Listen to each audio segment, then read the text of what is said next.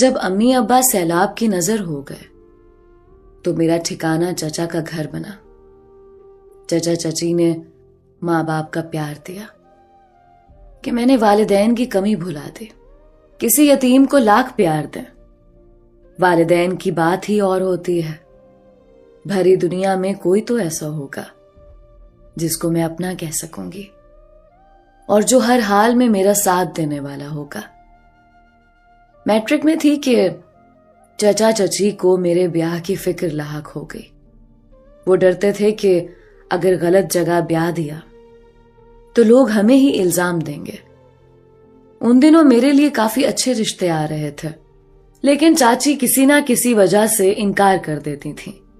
फिर उन्होंने फैसला किया कि हम सजीला को अपनी बहू बना लेते हैं।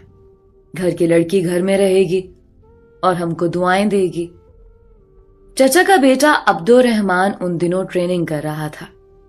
उसका सिलेक्शन बतौर ऑफिसर हो चुका था। वो 7वीं जमात से ही एकेडमी चला गया था। इस वजह से ना तो मैं उससे मानूस थी और ना वो मुझ पर मेहरबान। उसकी आदत अजीब थी। जब वो छुट्टियों में घर आता सबसे अलग थलग रहता। बेहद संजीदा तबीयत का मालिक था। ज्यादातर अपनी पढ़ाई में मशगूल रहता। वो अपने वालिदैन से भी कम बात करता था। वो मुझसे 10 बरस बड़ा था। हमारे दरमियान इतनी अजनबियत थी कि बात करना तो दरकिनार, मैं उसके सामने भी नहीं जाती थी। जब मैंने सुना कि मेरी शादी अब्दुर्रहमान से हो रही है तो बहुत घबरा गई। उसे भी वालिदैन का फैसला पसंद नहीं आया। उसने साफ इनकार कर दिया, लेकिन वालिदैन ने बेटे पर इस कदर दबाव डाला कि वो परेशान हो गया। जो ही ट्रेनिंग खत्म हुई, चचा ने उसकी मर्जी की परवाह किए बगैर शादी की तैयारियां शुरू कर दी। उसने मां से कहा कि तुम्हारी खातिर मैं सेहरा बांध तो लूंगा, मगर सजीला को कोई खुशी नहीं दे सकूंगा। शादी की रसूमात तक वो खामोश रहा, लेकिन जब रात को मेरे कमरे में आया उसने मेरा घूंघट भी नहीं उठाया। मैं सेज पर दुल्हन बनी बैठी थी और लाखों अंदेशे मेरे दिल में थे। उसने कहा, प्लीज अपना घूंघट खुद उठा लो, मैं इन तकल्लुफात को पसंद नहीं करता। मैं साकिन बैठी थी, अब खुद को जलील महसूस करने लगी थी। क्या मैं चिल्लाऊं? उसने कहा तो मैं सहम गई और जल्दी से घूंघट उठा दिया। तभी वो सपाट लहजे में बोला, सीधे तरीके से दुपट्टा ओढ़ो और मेरी बात गौर से सुनो। जिंदगी मजाक नहीं है कि इसको दूसरों की खुशी के लिए बसर की जाए। मेरा दिल तुमको कबूल नहीं करता। ये बात मैंने अम्मी और अब्बू को समझाने की कोशिश की थी, मगर वो नहीं समझ सके। लिहाजा अब मैं हमेशा के लिए इस घर से जा रहा हूं। मैं सेज पर दुल्हन बनी बैठी रही और वो चला गया। गोया उसने अपने वालिदैन के किए की सजा मुझको दी। फिर ना तो मैंने जिंदगी भर अब्दुर्रहमान का मुंह देखा और ना खुशी का। चचा और चची खुद को मेरा मुजरिम समझने लगे और मैं खुद को, कि जिसकी वजह से उनका नौजवान बेटा घर छोड़कर चला गया था। बाद में अब्दुर्रहमान जिसको चाहते थे उन्होंने उसी लड़की से शादी कर ली। अब वो कभी कभी अपनी मां से फोन पर बात कर लेते थे। चचा ने तो कह दिया था कि मैं जिंदगी भर इस बेटे की सूरत नहीं देखूंगा जिसने यतीम का ख्याल नहीं किया। उन दिनों मेरे दिल की कैफियत नागुफ्ता बह थी। लोग आकर अफसोस करते, मैं टुकुर टुकुर उनको देखती। एक बात जरूर हुई कि अब वक्त काटे नहीं कटता था। मैं दिन में कई बार शादी की तस्वीरों वाली एल्बम निकाल कर देखती जिसमें अब्दुर्रहमान के साथ दुल्हन बनी बैठी थी। हम एक सोफे पर कितने करीब बैठे हुए थे, जैसे सचमुच एक दूसरे के हो गए हों। तस्वीरों में उसका चेहरा देखते देखते अब मुझको उनसे उनसियत सी हो चली थी। उसके नुकूश मेरे दिल पर जमने लगे थे। एक कसक सी होने लगी। मैं हर सू उसके नुकूश ढूंढने लगी और 4 बरस यूं ही गुजर गए। एक रोज दोपहर के करीब दर पर दस्तक हुई। मैं सहन में खड़ी थी। दरवाजे के करीब जाकर पूछा, कौन है? जवाब मिला, आपकी रजिस्ट्री है, वसूल कर लीजिए। तभी चची आ गई। रजिस्ट्री मेरे नाम थी। सुहागन कहलाए बिना ही तलाकनामा भी आ गया। यूं एक दुल्हन की तिश्नगी और महरूमी हसरतों की चादर ओढ़कर सो गई। मुझे यकीन हो गया कि जिसका इंतजार था वो अब कभी नहीं आएगा। ये भी एक करबेर आएगा मेरे नसीब में था, जो मैंने सह लिया। उसी सानिये के बाद मेरी जिंदगी में एक नया मोड़ भी आना था। ये सर्दियों के दिन थे। शाम को अलगनी से कपड़े उतारने लगी तो झुटपुटे का समा था। सूरज तकरीबन गुरूब होने वाला था। मेरे साथ मेरी एक सहेली भी थी। हम दीवार के साथ खड़े नीचे देख रहे थे। मार्केट में लोग रवां दवां थे। सामने ही एक रेस्टोरेंट था। वहां से भी वो निकला, बिल्कुल अब्दुर्रहमान जैसा। पहली नजर में तो मैं यही समझी कि वही है। मैं उसको देखे जाती थी, यहां तक कि नुदरत ने मेरा कंधा हिलाया तो मैं चौंकी। अभी हम वहां खड़े ही बात कर रहे थे कि मैं दिल थाम कर रह गई। वो हमारी छत से मिली छत पर पहुंच गया था। तभी हम दोनों जल्दी जल्दी कपड़े जमा करके नीचे आ गए। आज पहली बार किसी को देखकर दिल धड़का था।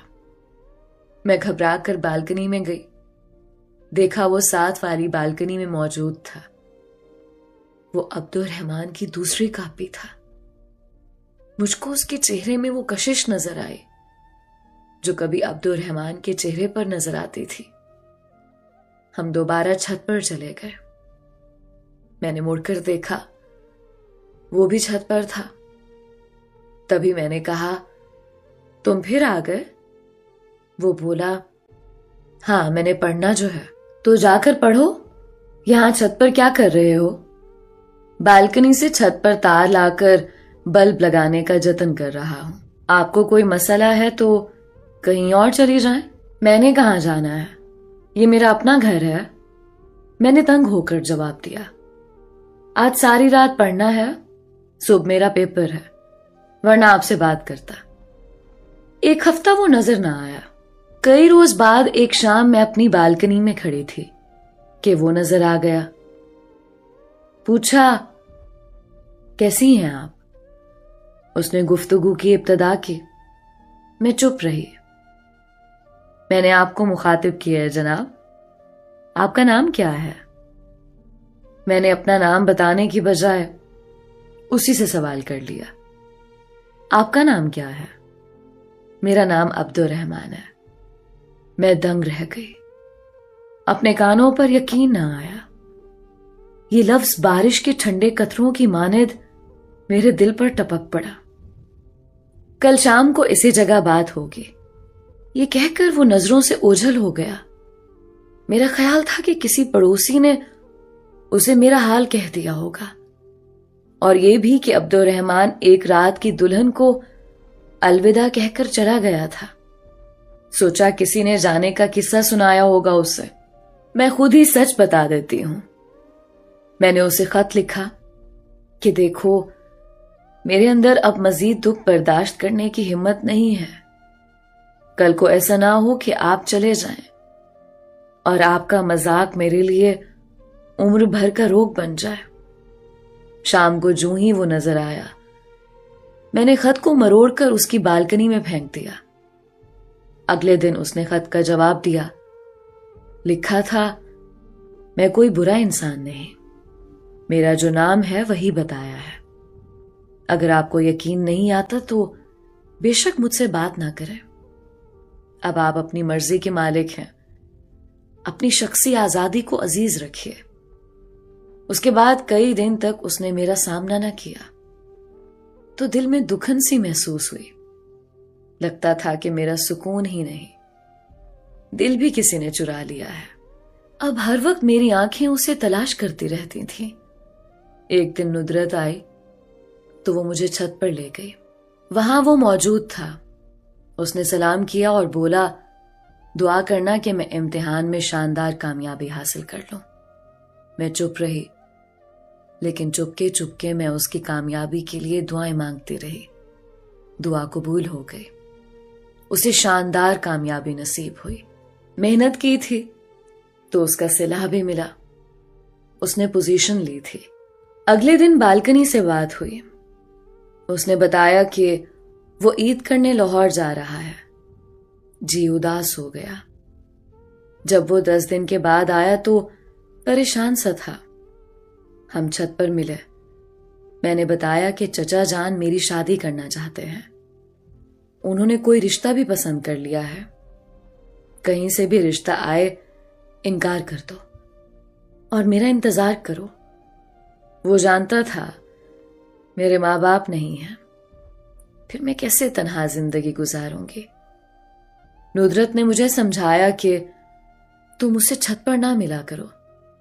किसी भी वक्त कोई तुम लोगों को देख सकता है। तुम बदनाम हो जाओगे तो हम कहां जाकर बात करें। बेहतर है कि तुम मेरे घर पर मिल लो। अब्दुर्रहमान को मैंने ये बात बताई। वो मान गया। मैं नुदरत के घर गई। उसने हम दोनों को ड्राइंग रूम में बिठा दिया।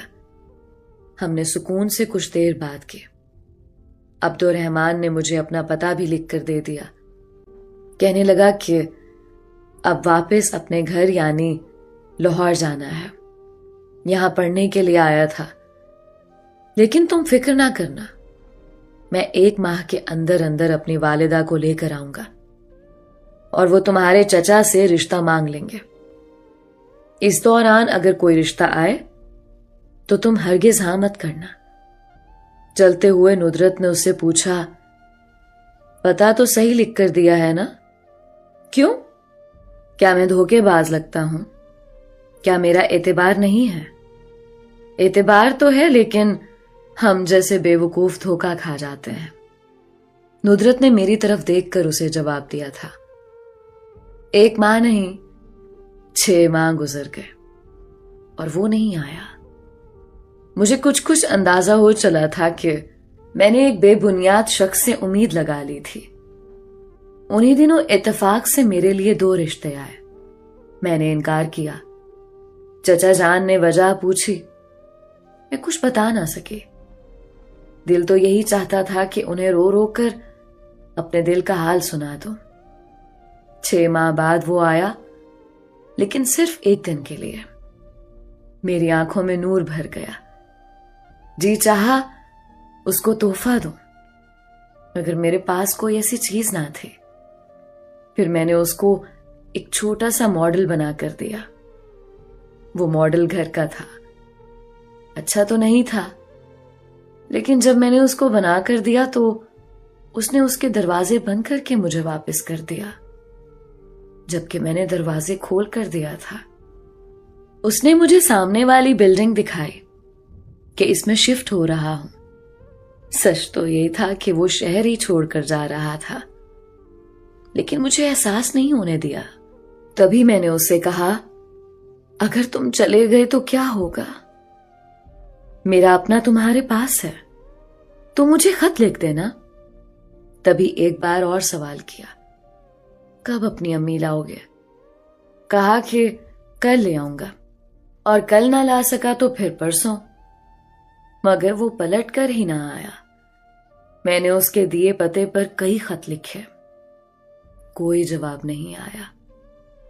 उस दौरान मेरे चचा 3 बार रिश्ता लाए। मैं इनकार करती रही।